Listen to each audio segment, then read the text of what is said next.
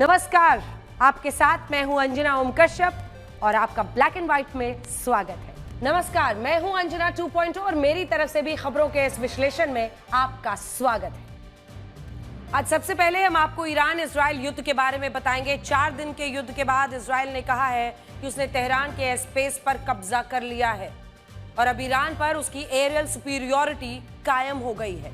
इसके साथ ही दावा किया जा रहा है कि ईरान के सुप्रीम लीडर अयतुल्ला ख़ोमेनी अपने परिवार के साथ किसी बंकर में जाकर छिप गए हैं। ऐसे में सवाल उठता है कि क्या अब इजराइल ईरान में तख्ता पलट कर देगा? ईरान इजराइल युद्ध की वजह से कोई देश अगर सबसे ज्यादा डरा हुआ है तो वो है पाकिस्तान। उसे डर है कि कहीं अब इजराइल उस पर हमला ना कर दे। इजराइल ने परमाणु हथियारों के नाम पर ही ईरान को निशाना बनाया है। इजराइल यही कह रहा है कि वो ईरान जैसे कट्टर इस्लामिक मुल्क के हाथ में परमाणु हथियार नहीं रहने दे सकता है और यही मसला पाकिस्तान के साथ भी है। तो क्या इजराइल ईरान की तरह पाकिस्तान को भी निशाना बना सकता है या फिर पाकिस्तान मुस्लिम भाईचारे के नाम पर अपने परमाणु बम इजराइल के खिलाफ इस्तेमाल करने के लिए देगा? इसके बाद आपको प्रधानमंत्री नरेंद्र मोदी के कनाडा दौरे के बारे में बताएंगे, जहां वो G7 समिट में हिस्सा लेने के लिए पहुंचे हैं। ऑपरेशन सिंदूर के बाद ऐसा पहली बार होगा जब प्रधानमंत्री नरेंद्र मोदी और अमेरिका के राष्ट्रपति डोनाल्ड ट्रंप पहली बार एक मंच पर आमने सामने होंगे। ऑपरेशन सिंदूर के बाद से ट्रंप कई बार कह चुके हैं कि उन्होंने भारत और पाकिस्तान के बीच सीज फायर कराया। सवाल उठता है कि क्या इसे लेकर दोनों नेताओं के बीच कोई बात हो सकती है? और मेरी एआई वर्जन, आपके पास कौन सी खबर है? अंजना, आज मैं केदारनाथ में हुए हेलीकॉप्टर क्रैश के बारे में बताऊंगी, जिसमें 7 लोगों की मौत हो गई है। सोचने वाली बात यह है कि केदारनाथ में हेलीकॉप्टर बिल्कुल ऑटो रिक्शा के अंदाज में चल रहे हैं। हेलीकॉप्टर संचालन कंपनियों को ज्यादा से ज्यादा किराया वसूलने की चिंता है। इसके लिए ज्यादा से ज्यादा चक्कर लगाए जा रहे हैं, लेकिन यात्रियों की सुरक्षा, केदारनाथ की भौगोलिक स्थिति और मौसम का बिल्कुल ध्यान नहीं रखा जा रहा है। सोचिए, केदारनाथ जैसे उड़ान भरने के लिए सबसे मुश्किल क्षेत्र में कोई रडार और कोई सेफ्टी प्रोटोकॉल तक नहीं है। क्या ईरान और इजराइल का युद्ध एक मुस्लिम उम्मा की लड़ाई बन गई है? आज इस खबर के साथ शुरुआत करते हैं। देखिए, ईरान और इजराइल के बीच इस वक्त बड़ा भीषण युद्ध चल रहा है। इसकी गंभीरता हम आपको समझाएंगे। इजराइल ने ईरान में तबाही मचा दी है, तबाही। जवाब में ईरान ने भी मिसाइलों, ड्रोन से हमला कर दिया है। ये 2 ऐसे मुल्क हैं जहां पर इजराइल अपने क्षमता के लिए, मारक क्षमता के लिए एक देश के तौर पर, अपने प्रिसिशन अटैक्स के लिए, अपने हवाई हमले के लिए जाना जाता है। तो ईरान को भी क्या बहुत कम के आंकना सही रहेगा? वैसे तो इजराइल का एयर डिफेंस ज्यादातर मिसाइल्स को हवा में ही तबाह कर दे रहा है, लेकिन जो भी मिसाइलें नीचे गिर रही हैं वो इजराइल में तबाही मचा रही हैं। बताएंगे आपको दोनों देश एक दूसरे को कैसे तबाह कर रहे हैं, आपको आगे बताएंगे। लेकिन उससे पहले ये जानना जरूरी है कि क्या इजराइल और ईरान के युद्ध में बाकी मुस्लिम देश भी कूदेंगे? यही वो डोर है जहां से ये मामला बहुत गंभीर हो जाता है पूरे विश्व के लिए। ईरान इजराइल युद्ध और डरा पाकिस्तान, ये हम क्यों कह रहे हैं? इस वक्त सबसे ज्यादा डर पाकिस्तान में है। पाकिस्तान को डर लग रहा है कि कहीं ईरान के बाद इजराइल अगला नंबर उसका ना लगा दे। पाकिस्तान को लग रहा है कि कहीं परमाणु हथियारों के नाम पर इजराइल पाकिस्तान पर ना हमला कर दे। कैसे, हम आपको समझाते हैं। देखिए, क्योंकि इजराइल ने परमाणु हथियारों के नाम पर ही ईरान को निशाना बनाया है। डे वन से इजराइल यही कह रहा है कि वो ईरान जैसे कट्टर इस्लामिक मुल्क के हाथ में परमाणु हथियार नहीं रहने दे सकता है, क्योंकि अगर ईरान ने परमाणु हथियार बना लिए तो उसका निशाना इजराइल ही बनेगा। और यही केस तो पाकिस्तान के साथ है। पाकिस्तान भी एक इस्लामिक कट्टरपंथी मुल्क, उसके पास भी न्यूक्लियर वेपन्स। तो क्या अब इजराइल अगला निशाना पाकिस्तान इजराइल का हो सकता है? वैसे भी इजराइल के मौजूदा प्रधानमंत्री बेंजामिन नेतन्याहू का 2011 का एक बयान आज बहुत ज्यादा वायरल हो रहा है। इस बयान में नेतन्याहू ने यही दावा किया था कि इजराइल की ये पॉलिसी साफ है कि वो कट्टरपंथी इस्लामिक देशों के पास न्यूक्लियर वेपन्स नहीं रहने दे सकता। नेतन्याहू ने साफ नाम लिया था, पहला था ईरान और दूसरा पाकिस्तान। इजराइल के ईरान पर हमले के बाद पाकिस्तान के न्यूज चैनलों पर 14 साल पुराने बेंजामिन नेतन्याहू का यह बयान सुनाया जा रहा है। और अपनी पब्लिक को डराया जा रहा है कि सबसे पहले आप पाकिस्तान का ये ताजा डर देखिए, फिर जरा आपको समझाएंगे। नेतन्याहू का बयान और उसके बाद पाकिस्तान की संसद में मचा हुआ कोहराम। आपने दोनों बातें सुन ली है। नेतन्याहू का यह बयान साल 2011 का है।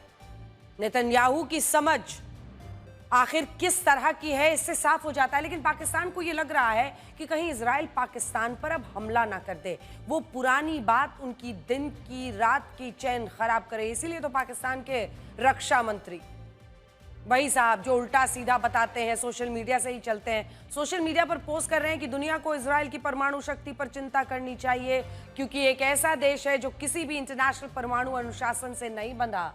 पाकिस्तान की परमाणु क्षमता दुश्मनों से अपने लोगों और अपने देश की रक्षा के लिए है, हमारी अपने पड़ोसियों के खिलाफ वर्चस्व वाली नीतियां नहीं है, जैसे कि इन दिनों इजराइल कर रहा है।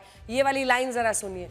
इधर पश्चिमी दुनिया को इजराइल द्वारा पैदा किए जा रहे विवादों पर चिंता करनी चाहिए। अगर वो इजराइल जैसे एक रोग स्टेट को, ये ख्वाजा आसिफ की पूरी लाइन समझिए क्या लिख रहा है, वो एक रोग स्टेट को, इजराइल को रोग स्टेट कह रहा है और दुनिया से कह रहा है कि अगर आपने एक इजराइल जैसे रोग स्टेट को संरक्षण दिया तो नतीजे गंभीर होंगे। ये अंदर का डर है जो ऐसे निकल रहा है। एक्स पर तो ख्वाजा आसिफ ने ये तड़कती भड़कती नैतिकता की धुरी पर खड़ी हुई पोस्ट लिख दी, लेकिन अपनी नेशनल असेंबली में वो ईरान के साथ खड़े नजर आए। साफ कह रहे हैं कि ईरान का साथ देंगे, लेकिन यहां उन्होंने कहीं भी परमाणु हथियारों वाली बात नहीं की। अब अपना देश तो इनसे संभल नहीं रहा, मतलब बेगानी शादी में दीवाने हुए चल रहे ख्वाजा आसिफ। ऐसे में पूरे पाकिस्तान की धड़कनें बढ़ी हुई हैं, क्योंकि ईरान के एक मिलिट्री कमांडर ने यह भी कह दिया है कि अगर कल को इजराइल ने ईरान पर न्यूक्लियर हमला कर दिया तो पाकिस्तान ईरान का बचाव करेगा। भाई दामन इनका कैसे आगे बढ़ रहा है एक दूसरे की तरफ इस्लामिक भाईचारे पर, वो देखिए। ईरान के मिलिट्री कमांडर कह रहे हैं कि पाकिस्तान की तरफ से ये आश्वासन दिया गया है कि इजराइल के परमाणु हमले की सूरत में पाकिस्तान इजराइल पर परमाणु अटैक करेगा। पॉज। यहीं पर अब पूरी दुनिया को यह बात सुननी और समझनी है। हालांकि ये ईरान का दावा है कि पाकिस्तान ने इस पर कुछ नहीं कहा है अभी तक, लेकिन अगर ईरान के जनरल ये दावा कर रहे हैं कि पाकिस्तान ने आश्वासन दिया है कि वो न्यूक्लियर अटैक इजराइल पर कर देगा, देखिए जाहिर तौर पर इसे मुस्लिम उम्मत के तौर पर देखा जा रहा है। अब पूरी कहानी समझिए। वैसे भी करीब 53 मुस्लिम देशों में पाकिस्तान ही अकेला वो मुल्क है जिसके पास परमाणु हथियार है, अकेला मुल्क। और पाकिस्तान में बहुत से कट्टरपंथी इस पक्ष में रहते हैं कि ये परमाणु हथियार वो अपने दूसरे मुस्लिम बिरादर देशों की रक्षा के लिए इस्तेमाल कर सकते हैं। तो ये इस्लामिक भाईचारा, ये मुस्लिम भाईचारा कहां पर विश्व को ले जा सकता है, क्योंकि परमाणु हथियारों की बात यहां पर इन्वॉल्व है। वैसे जब ईरान के मिलिट्री कमांडर का ये वीडियो वायरल हुआ और जब इस पर पूरी दुनिया में चर्चा होने लगी तो तुरंत पाकिस्तान बैकफुट पर आ गया हो। कई जगह से उसके कान वैसे भी बीच बीच में अमेठे जाते हैं। जो पाकिस्तान अपने हथियार को अपने इस्लामिक भाइयों के लिए बता रहा था, वो अब ये कह रहा है कि ये हथियार तो हमने अपनी रक्षा के लिए बनाए हैं, ये तो हमारे डेटरेंस के लिए है। पाकिस्तान में लगातार ये बहस होती है कि 53 इस्लामिक मुल्कों में अल्लाह ने पाकिस्तान को ही क्यों चुना कि उसके पास न्यूक्लियर हथियार आया। ये हमेशा पाकिस्तान में कहते हैं वहाँ के हुक्मरान, वहाँ के जनरल। पाकिस्तान ये कहता रहा है कि ये हथियार उसके मुस्लिम बिरादरों के लिए है, लेकिन असल में अब उसे भी लग रहा है कि कहीं हमारी कोई गलती इजराइल को भड़का ना दे। इसीलिए अब पाकिस्तान के विदेश मंत्री इशाक डार कह रहे हैं कि ये हथियार तो हमने अपने लिए बनाए।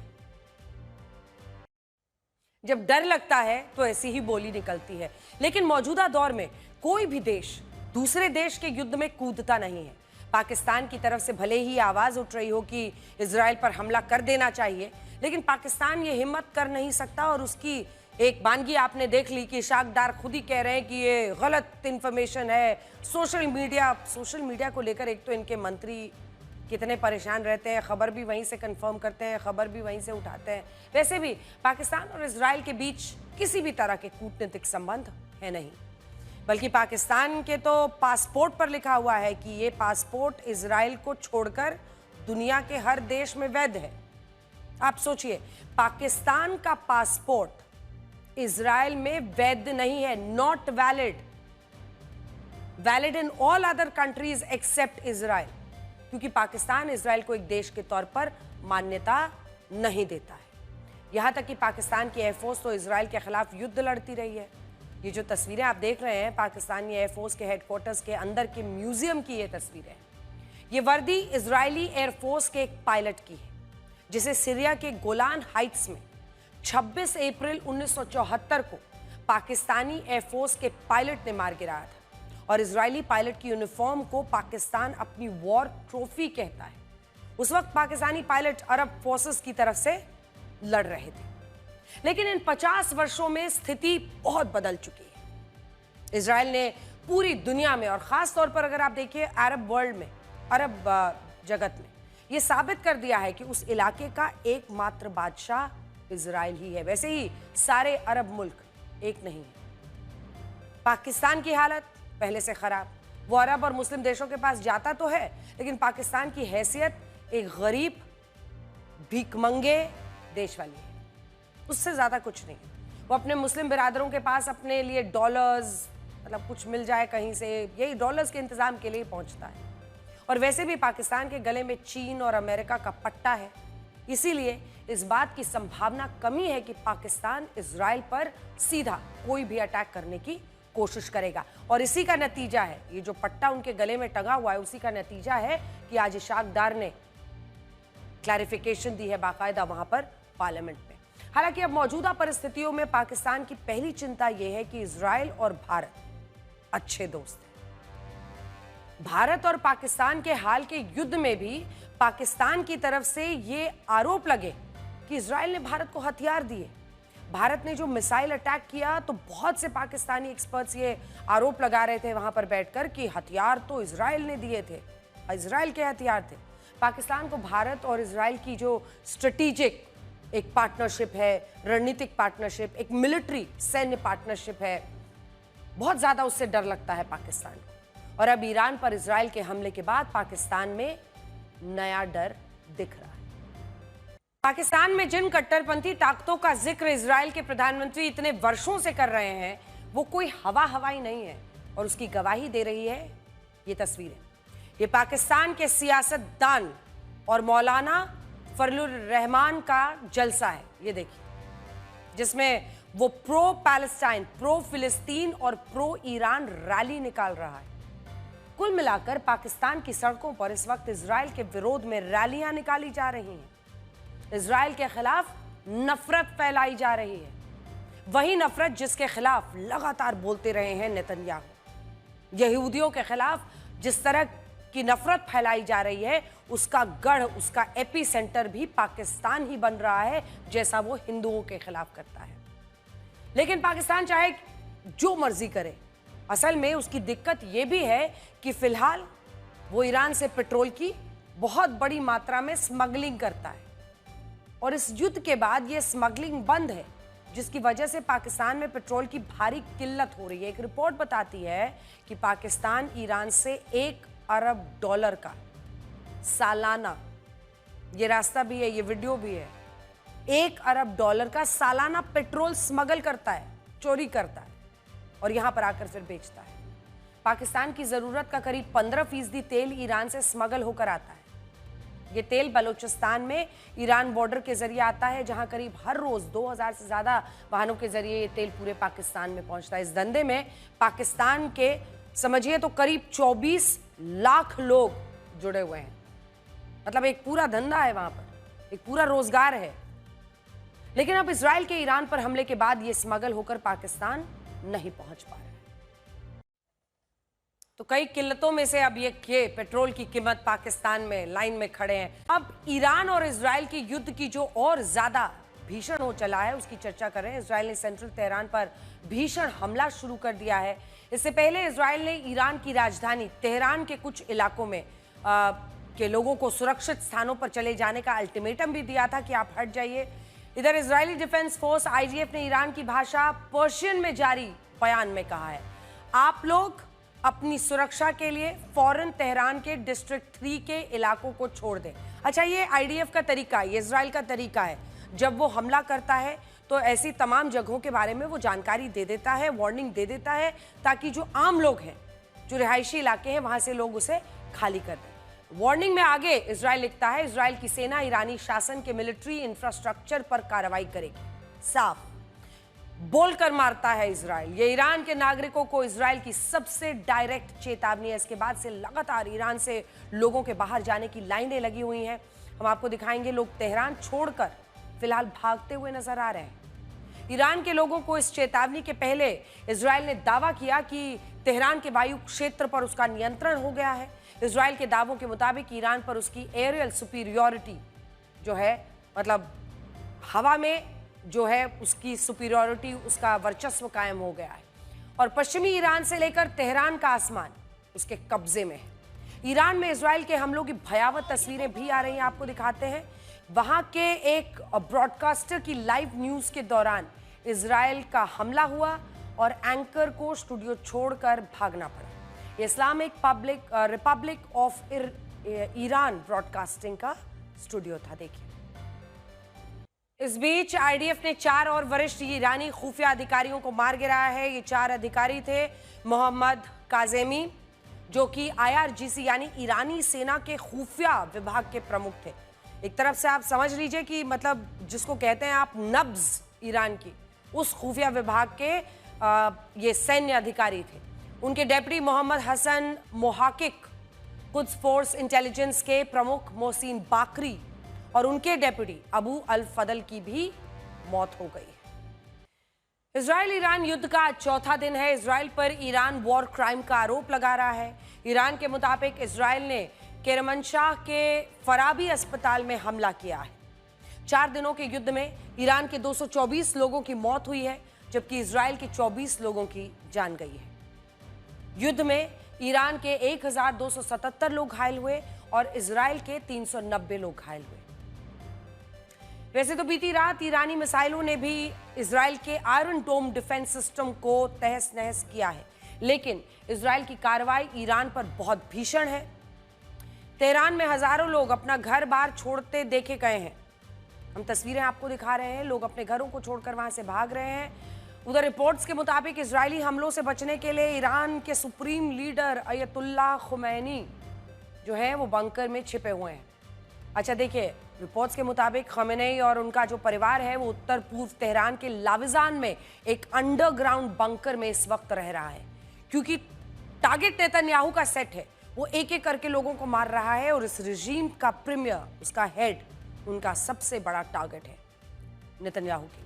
इस बीच इजराइल के प्रधानमंत्री बेंजामिन नेतन्याहू के दावों के मुताबिक इजराइल जीत की दहलीज पर है। नेतन्याहू ईरान के परमाणु खतरों से इजराइल और दुनिया को बचाने का दावा कर रहे हैं। ईरान में खमेनेई शासन का अंत करना भी उनके लक्ष्यों में शामिल है। अगली खबर का रुख करते हैं। आपको प्रधानमंत्री नरेंद्र मोदी के 3 देशों के महत्वपूर्ण विदेशी दौरे के बारे में आपको आज हम बताने वाले हैं, क्योंकि देखिए, प्रधानमंत्री मोदी सबसे पहले यूरोपीय देश साइप्रस पहुंचे थे, जहां से वो कनाडा में G7 समिट में हिस्सा लेने के लिए रवाना हो चुके हैं और अपने दौरे के आखिरी चरण में वो पहुंचेंगे क्रोएशिया, जहां आज तक कोई भी भारतीय प्रधानमंत्री नहीं गया है। 13 लाख की आबादी वाला साइप्रस वर्तमान वैश्विक परिस्थिति और अपनी भौगोलिक स्थिति की वजह से बहुत महत्वपूर्ण देश है। मेडिटेरेनियन सी में स्थिति ये देश, अगर आप देखें इनकी स्थिति, तो ये देश लेबनान, सीरिया, इजराइल और तुर्की के नजदीक स्थित है। अगर हम जूम इन करके आपको दिखाएंगे तो आप देखेंगे जो साइप्रस की स्थिति है, ये पूरा जो प्रधानमंत्री का दौरा है वो हमने आपको ग्राफिक्स से दिखा दिया है। लेकिन अगर हम आपको वर्ल्ड मैप पर दिखाएं तो कहां पर ये स्थित है ये देश, वो देखिए। साइप्रस आप देख रहे हैं। प्रधानमंत्री की यात्रा के दौरान साइप्रस के राष्ट्रपति खुद प्रधानमंत्री मोदी को रिसीव करने के लिए एयरपोर्ट पहुंचे थे। ये साइप्रस देखिए, एक तरफ तुर्की है, इधर सीरिया है, लेबनान है, इजराइल है, और इसीलिए साइप्रस का जो जियोपॉलिटिकल लोकेशन है बहुत ही रणनीतिक माना जाता है। और अब आपको तस्वीरें दिखाते हैं। प्रधानमंत्री मोदी को रिसीव करने एयरपोर्ट पहुंचे आज राष्ट्रपति खुद साइप्रस के। इस दौरान एयरपोर्ट पर उन्हें गार्ड ऑफ ऑनर भी दिया गया। साइप्रस की राजधानी निकोसिया में राष्ट्रपति निकोस ने प्रेसिडेंशियल पैलेस में प्रधानमंत्री मोदी का भव्य स्वागत किया और इसके साथ प्रधानमंत्री मोदी को निकोसिया के सर्वोच्च सम्मान grand cross of the order of Makarios से सम्मानित किया। प्रधानमंत्री को अब तक 23 देश अपने सर्वोच्च नागरिक सम्मान से सम्मानित कर चुके हैं। साइप्रस में एक दिलचस्प तस्वीर देखने को मिली जब निकोसिया की एक मेंबर ऑफ काउंसिल ने प्रधानमंत्री मोदी का पैर छूकर स्वागत किया। प्रधानमंत्री नरेंद्र मोदी ने भी उनकी इस आत्मीयता का सम्मान किया, उनके सिर पर हाथ रखा आशीर्वाद का और भारतीय संस्कृति से परिचित होने के लिए उनकी तारीफ भी की। प्रधानमंत्री मोदी ने साइप्रस में भारतीय समुदाय से भी मुलाकात की है, जिसकी तस्वीरें हम दिखा रहे हैं। प्रधानमंत्री मोदी का स्वागत करने आए भारतीय समुदाय के लोगों ने ऑपरेशन सिंदूर लिखा हुआ पोस्टर लहराया, भारत माता की जय के खूब नारे लगे। प्रधानमंत्री मोदी साइप्रस जाने वाले तीसरे प्रधानमंत्री हैं। उनसे पहले 1983 में इंदिरा गांधी, 2002 में अटल बिहारी वाजपेयी ने साइप्रस का दौरा किया था।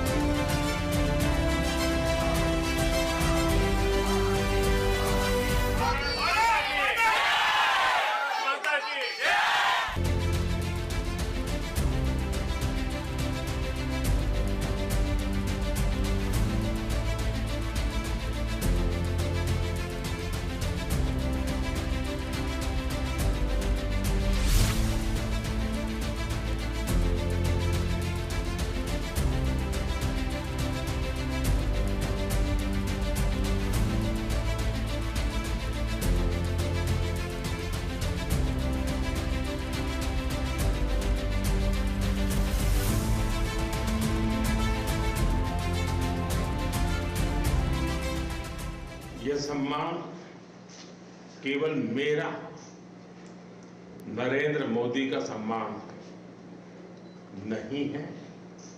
ये 140 करोड़ भारतवासियों का सम्मान है। उनके सामर्थ्य और आकांक्षाओं का ये सम्मान है। और अब आपको बताते हैं कि भारत के अलीगढ़ शहर जितनी आबादी वाला साइप्रस इस समय इतना महत्वपूर्ण देश क्यों है? तो इसकी सबसे बड़ी वजह है वैश्विक कूटनीति, ग्लोबल डिप्लोमेसी। पिछले 2 दशकों में ये किसी भारतीय प्रधानमंत्री का पहला साइप्रस दौरा है। बहुत गंभीरता से सुनिए, ये वो समय है जब भारत पाकिस्तान के बीच तनाव चरम पर है और तुर्की जैसा देश, जिसकी हमने मदद की थी जब वहां भूकंप आया था, उसने पाकिस्तान का समर्थन किया, खुल के किया, हथियार दिए, लोग दिए। अब यहां यह समझना बहुत जरूरी है कि साइप्रस तुर्की का पड़ोसी है और दोनों के बीच रिश्ते बहुत खराब हैं। जब तुर्की ने पाकिस्तान का समर्थन किया तो भारत ने साइप्रस से कूटनीतिक रिश्ते मजबूत कर तुर्की को स्पष्ट संदेश दे दिया है। तुर्की और साइप्रस के बीच 1974 से विवाद चल रहा है। तुर्की ने 1974 में साइप्रस के एक भाग पर, ये जो आप देख रहे हैं ऊपर में, 1/3 हिस्से पर, 1974 में साइप्रस के 1/3 हिस्से पर अवैध कब्जा किया, इन्वेड किया, आक्रमण किया और नॉर्थ साइप्रस नाम देकर उसको अपने कब्जे में ले लिया। इसके साथ ही वो लगातार पाकिस्तान के साथ मिलकर नॉर्थ साइप्रस को मान्यता दिलाने की कोशिश कर रहा है। अब देखिए कैसे ये तुर्की, पाकिस्तान, ऐसा लगता है जैसे फितरत एक ही है। दूसरे देश उसकी संप्रभुता पर हमला, उसके एक हिस्से पर कब्जा करना, फिर कोशिश करना कि अपने जितने भी हथियार हैं उसको आप किसी तरह से इस्तेमाल करें और दुनिया को डराएं उससे और उसके बाद से उसके बदले में मांगे कि इसको आप देश मानो। यही कर रहा है तुर्की साइप्रस के साथ।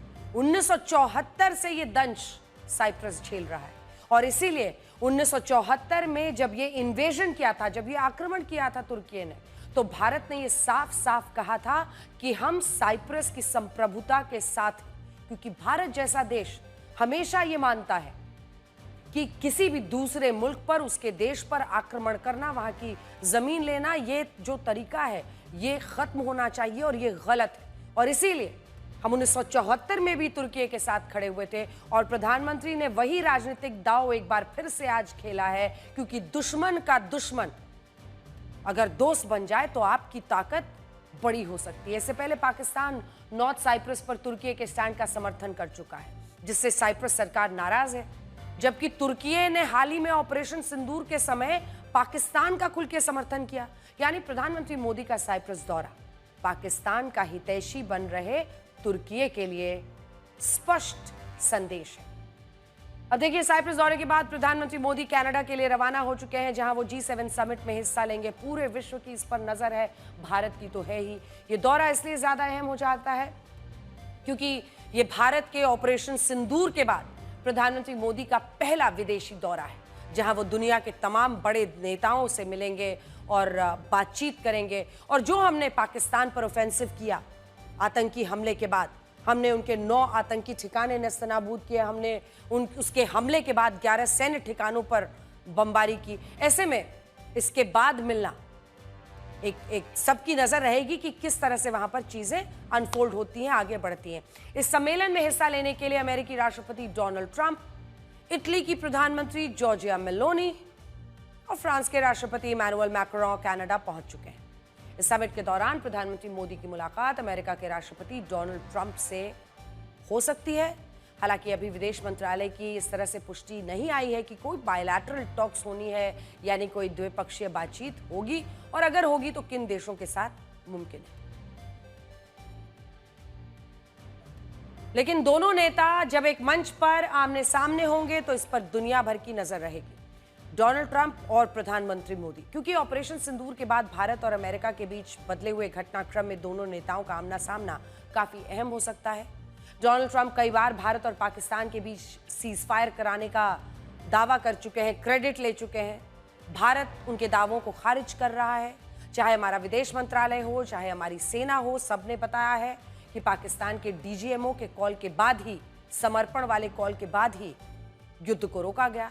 इसीलिए जब दोनों का आमना सामना होगा तो दोनों की क्या प्रतिक्रिया होगी, ये देखना बहुत दिलचस्प होगा। और क्या ऑपरेशन सिंदूर को लेकर दोनों के बीच में कोई चर्चा भी होती है, ये भी बड़ा सवाल होगा। और अब अगली खबर का रुख कर रहे हैं। अहमदाबाद विमान हादसे में मारे गए 274 लोगों की मौत का जिम्मेदार कौन है, इस सवाल का जवाब ढूंढने के लिए 3 देशों की 4 बड़ी एजेंसियां और दुनिया भर के सैकड़ों एविएशन एक्सपर्ट्स लगे हुए हैं। इस विमान का ब्लैक बॉक्स मिल चुका है और उसके जरिए हादसे की असली वजह की तलाश शुरू हो चुकी है। फिलहाल विमान हादसे से जुड़े वीडियो देखकर जो एनालिसिस जो लोग कर रहे हैं, वीडियो देखकर कुछ एविएशन एक्सपर्ट्स ने सनसनीखेज दावे किए हैं। उनके मुताबिक हादसे से कुछ सेकंड पहले विमान ने कुछ ऐसे संकेत दिए थे जिससे पता चलता है कि बोइंग 787 के दोनों इंजन फेल हो गए थे। हालांकि एक्सपर्ट्स ब्लैक बॉक्स के डेटा का भी इंतजार कर रहे हैं, लेकिन इन लोगों ने अपनी शुरुआती जांच पड़ताल में बोइंग 787 विमान पर गंभीर सवाल उठाए हैं। विमान हादसे के जांचकर्ता अहमदाबाद एयरपोर्ट पर विमान की मौजूदगी से लेकर उसके टेक ऑफ करने और हादसे का शिकार होने तक का सारा डेटा खंगाल रहे हैं। अहमदाबाद एयरपोर्ट अथॉरिटी की तरफ से जो अभी तक मिली जानकारी है, उसके मुताबिक बोइंग 787 ड्रीम लाइनर ने टेक ऑफ के लिए 3.5 किलोमीटर के रनवे का पूरा इस्तेमाल किया था। 3.5 किलोमीटर्स पूरा रनवे ये विमान चल के आया है। आमतौर पर ये विमान 2.5 से 3 किलोमीटर तक के रनवे का इस्तेमाल करता है। इसका मतलब यह है कि विमान ने सही तरीके से पूरा वक्त लेकर टेक ऑफ किया था। एयरपोर्ट अथॉरिटी के मुताबिक पायलट्स की तरफ से किसी तरह की गड़बड़ी की आशंका नहीं जताई गई है, यानी टेक ऑफ से पहले तक विमान उड़ान के लिए पूरी तरह से तैयार था। अब इस हादसे के कुछ ऐसे सबूत सामने आए हैं जिनसे जांच की दिशा बदल सकती है और उनसे बोइंग 787 पर गंभीर सवाल उठेंगे। इस हादसे के एक वीडियो का विश्लेषण करते हुए एक अमेरिकी एविएशन एक्सपर्ट कैप्टन स्टीव ने दावा किया है कि विमान के दोनों इंजन फेल हो गए थे, जिससे विमान में पावर फेलियर हो गया था। ये दावा उन्होंने हादसे के वीडियो में खास हिस्से के एक्टिव होने की तस्वीर देखने के बाद किया है। विमान हादसे का यह सबसे साफ वीडियो है। वीडियो में दिखता है कि देखिए विमान टेक ऑफ करने के बाद ऊपर उठाने के बजाय नीचे गिरने लगता है। ये जो आप नीचे एक डॉट देख रहे हैं उस पर नजर रखिएगा। नीचे गिरता है फिर क्रैश करता है। इसी वीडियो में क्रैश होने से पहले विमान का एक खास हिस्सा बाहर नजर आता है, बाहर आता हुआ। ये देखिए, ये जो डॉट दिख रहा है ये हिस्सा बाहर आता हुआ नजर आ रहा है। एविएशन एक्सपर्ट्स इसे ही जांच का नया सबूत बता रहे हैं। क्रैश होने से ठीक पहले विमान का जो हिस्सा बाहर आया उसे रैट यानी रैम एयर टर्बाइन कहते हैं। रैम एयर टर्बाइन किसी विमान से तभी बाहर आता है जब विमान की बिजली पूरी तरह से चली जाती है। रैम एयर टर्बाइन एक तरह की विंडमिल होती है जो हवा की मदद से टर्बाइन के जरिए बिजली पैदा करती है। विमान में पावर फेल होने पर मतलब ईंधन ही नहीं आ रहा है, रैट ऑटोमेटिकली एक्टिव हो जाता है और हवा की गति का इस्तेमाल करके बिजली बनाने लगता है।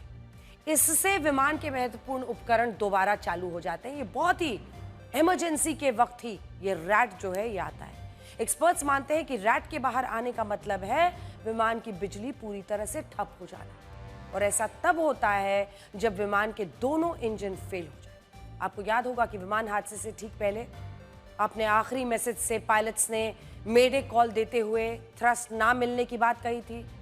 एक्सपर्ट्स ने उस वक्त भी विमान में पावर फेलियर होने का दावा किया था, और अब रैट के एक्टिव होने की तस्वीरों ने विमान के दोनों इंजन फेल होने के दावे को मजबूती दे दी है।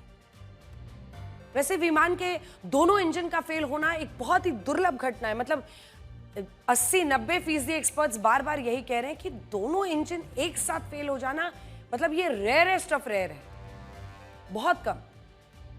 लेकिन अगर ऐसा कुछ हुआ है तो बोइंग कंपनी के लिए ये बहुत बुरी खबर है। विमान हादसे में बचे एकमात्र यात्री ने भी अपने बयान में कहा था कि क्रैश होने से ठीक पहले एक तेज आवाज सुनाई दी थी और एक ग्रीन लाइट जलने लगी थी। एविएशन एक्सपर्ट्स का कहना है कि क्रैश होने से पहले आने वाली वो तेज आवाज रैम एयर टर्बाइन की ही थी। ये उसी तरह की आवाज करता है जिस तरह से टर्बोजेट इंजन वाले विमानों में लगे पंखे आवाज करते हैं। इसी वजह से हादसे में बचे यात्री को क्रैश होने से पहले तेज आवाज आई थी। जब भी विमान का रैट एक्टिव होता है तब विमान के केबिन में ग्रीन लाइट भी जलती है। बोइंग के विमान इस वक्त हवाई यात्रियों का सबसे बड़ा डर बने हुए। विमान यात्री अपनी यात्रा से पहले ये चेक कर रहे हैं कि कहीं उनका विमान बोइंग कंपनी का तो नहीं है। लोगों के मन में एक डर बैठ गया है। पिछले कुछ दिनों में बोइंग कंपनी के विमानों में गड़बड़े की कई शिकायतें आई हैं। देखिए आज ही क्या हुआ, हांगकांग से दिल्ली आ रही थी एयर इंडिया का ये बोइंग 787 टाइप 8 ड्रीम लाइनर। उड़ान के कुछ देर बाद ही वापस लौट गया क्योंकि टेक ऑफ के कुछ ही देर बाद उसमें तकनीकी खराबियां आने लगी। पायलट ने जल्दी इन खराबियों को पहचाना और विमान को फौरन वापस एयरपोर्ट पर ले गए। सेफली लैंडिंग हो गई और सब कुछ ठीक ठाक है। लेकिन पॉइंट क्या है, हम आपको इस विमान के पायलट्स और हांगकांग एटीसी के बीच हुई बातचीत का एक हिस्सा जरा सुनवाना चाहते हैं। सुनिए। मतलब कितना बोन चिलिंग मोमेंट है, सोचकर भी कल्पना करके डर लग रहा है। अब ऐसा हादसा होने के बाद लोगों के मन में और डर है। पिछले एक हफ्ते में बोइंग और एयरबस कंपनियों ने विमानों में गड़बड़ी की कई घटनाएं सामने आई हैं। कल ही विमान में तकनीकी खामियों के 3 मामले सामने आए। लंदन से चेन्नई आ रहे ब्रिटिश एयरवेज के बोइंग 787 में तकनीकी खराबी आ गई थी जिसकी वजह से उन्हें लौटना पड़ा। लंदन से टेक ऑफ के कुछ देर बाद ही विमान के विंग्स के फ्लैप्स ने काम करना बंद कर दिया। इस वजह से हवा में कुछ देर रहने के बाद विमान को वापस लौटना पड़ा। कोलकाता से गाजियाबाद जा रही एयर इंडिया की बोइंग 737 को तकनीकी खामियों की वजह से कई घंटे तक उड़ान भरने की इजाजत नहीं मिली। सऊदी अरब से जेद्दा एयरपोर्ट से लखनऊ आ रही सऊदिया एयरलाइन की एयरबस A330 में लैंडिंग के वक्त चिंगारियां निकलने लगी थी। उसकी तो तस्वीरें भी हम आपको दिखाएंगे। मतलब खतरा पैदा हो गया। आप सोचिए, अभी एक तो पायलट्स के लिए भी बहुत चैलेंज है, उनके मन में भी डर होगा कि आखिर उस प्लेन में क्या हुआ था अहमदाबाद में जो वो क्रैश किया। जो पैसेंजर्स बैठे हैं वो अलग डरे हुए हैं। 14 जून को गुवाहाटी से कोलकाता जा रही एयर इंडिया के बोइंग 737 विमान को तकनीकी खराबी की वजह से उड़ने नहीं दिया गया। यात्रियों को दूसरी फ्लाइट से भेजा गया। 13 जून को दुबई से जयपुर जाने वाली एयर इंडिया की बोइंग 737 के यात्रियों को 5 घंटे तक विमान में बिना एसी चलाए गर्मी में बैठाए रखा गया। इसके बाद एयर इंडिया ने इस पर सफाई भी बाकायदा दी है। हवाई यात्रियों को सबसे सुरक्षा जो माध्यम है वो समझा जाता है कि लेकिन पिछले अगर कुछ दिनों में आप देखें, हवाई यात्रा का अर्थ मौत से टक्कर लेने जैसा हो गया है। बोइंग 787 उड़ते ताबूत बन गए हैं। कब कौन से विमान में क्या खराबी आएगी, यात्रियों की जान पर बचेगी नहीं बचेगी, मतलब एक डर लोगों के मन में आ गया है। लोगों को ऐसा लगता है कि बहुत बड़ा रिस्क है और जिंदगी से बढ़ के क्या हो सकता है। हवाई यात्रियों को खतरा केवल विमान यात्रा में नहीं है, हेलीकॉप्टर यात्रा में भी। आजकल तीर्थयात्री अपने इष्ट देव के दर्शन के लिए दुर्गम पहाड़ों में पैदल चलकर जाने के बजाय हेलीकॉप्टर सेवाएं लेते हैं। लेकिन पिछले कुछ दिनों में हेलीकॉप्टर क्रैश की कई घटनाएं हुई हैं जिनमें गंभीर सवाल उठ गए हैं। कल ही देखिए, केदारनाथ जा रहा था एक हेलीकॉप्टर, क्रैश हो गया, 7 लोगों की मौत हो गई है। यह हादसा गौरीकुंड के जंगलों में हुआ। मरने वालों में हेलीकॉप्टर के पायलट भी शामिल थे। शुरुआती जांच में सामने आया है कि जिस वक्त हेलीकॉप्टर ने उड़ान भरी उस वक्त घाटी में बादलों की वजह से विजिबिलिटी ठीक नहीं थी, लेकिन इसके बावजूद हेलीकॉप्टर उड़ाया गया, हादसा हो गया। इस हादसे के बाद केदारनाथ की हेलीकॉप्टर सर्विसेज पर फिलहाल रोक लगा दी गई है और उत्तराखंड सरकार ने हेलीकॉप्टर सर्विसेज देने वाली कंपनियों को सख्त हिदायत दी है कि वो उड़ान से पहले मौसम और अन्य तकनीकी जांच जरूर कर ले। केदारनाथ यात्रा पर ले जाने वाले हेलीकॉप्टर्स का हाल आपके शहर में चलने वाली बैटरी रिक्शा और ऑटो रिक्शा जैसा है। इनके चालक ना कोई नियम मानते हैं ना कानून मानते हैं और इसीलिए ये एआई जनरेटेड वीडियो हमने बनाया है। कैसे भेड़ बकरी की तरह वो लोगों को घुसाते हैं, मतलब लैंड करते हैं और 30 सेकंड के अंदर अपने अगले यात्री को चढ़ाते हैं और वहां से भगा जाते हैं। हेलीकॉप्टर सर्विस देने वाली कंपनियों का एकमात्र मकसद यात्रियों को केदारनाथ पहुंचाना और वहां से वापस लाना है। फिर चाहे हेलीकॉप्टर किसी भी हालत में हो, मौसम कैसा हो, कंपनियों को यात्रियों की जान की फिक्र नहीं होती। उत्तराखंड सरकार 7 लोगों की मौत के बाद नींद से जागी है, जबकि उन्हें 7 जून को हुए हेलीकॉप्टर हादसे के बाद जागना चाहिए था। 7 जून की केदारनाथ जा रहे एक हेलीकॉप्टर में तकनीकी खराबी आ गई थी। रुद्रप्रयाग में सड़क पर ही इस हेलीकॉप्टर को क्रैश लैंडिंग करवानी पड़ी। इस हेलीकॉप्टर में 6 यात्री सवार थे। गनीमत रही कि उन्हें चोट नहीं आई। सड़क पर अचानक लैंड हो रहे हेलीकॉप्टर्स को देखकर आसपास के लोग डर गए थे। ये क्रैश लैंडिंग एक कार के पास हुई जिसमें हेलीकॉप्टर का पिछला हिस्सा कार पर जाकर गिर गया था। देखिए, वैसे देखा जाए तो ये पहली बार नहीं है कि जब केदारनाथ जा रहे हेलीकॉप्टर तीर्थयात्रियों के लिए खतरा बन गए हों। लगातार तस्वीरें आ रही है। पिछले 39 दिनों में 5 हेलीकॉप्टर क्रैश हो चुके हैं। ये बहुत डराने वाला आंकड़ा है। 15 जून को गौरीकुंड में हादसा हुआ, 7 लोगों की मौत हुई। 7 जून को रुद्रप्रयाग में क्रैश लैंडिंग हुई, इसमें पायलट को गंभीर चोटें आई। 17 मई केदारनाथ में एयर एम्बुलेंस हेलीकॉप्टर की क्रैश लैंडिंग हुई थी। 8 मई को उत्तरकाशी में हेलीकॉप्टर क्रैश हो गया था, 6 लोग मारे गए थे। ज्यादातर हेलीकॉप्टर के क्रैश होने या फिर क्रैश लैंडिंग के पीछे बड़ी वजह मौसम में अचानक बदलाव और लापरवाही ही मानी जाती है।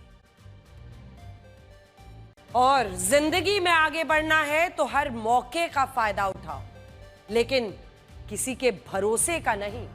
नमस्कार।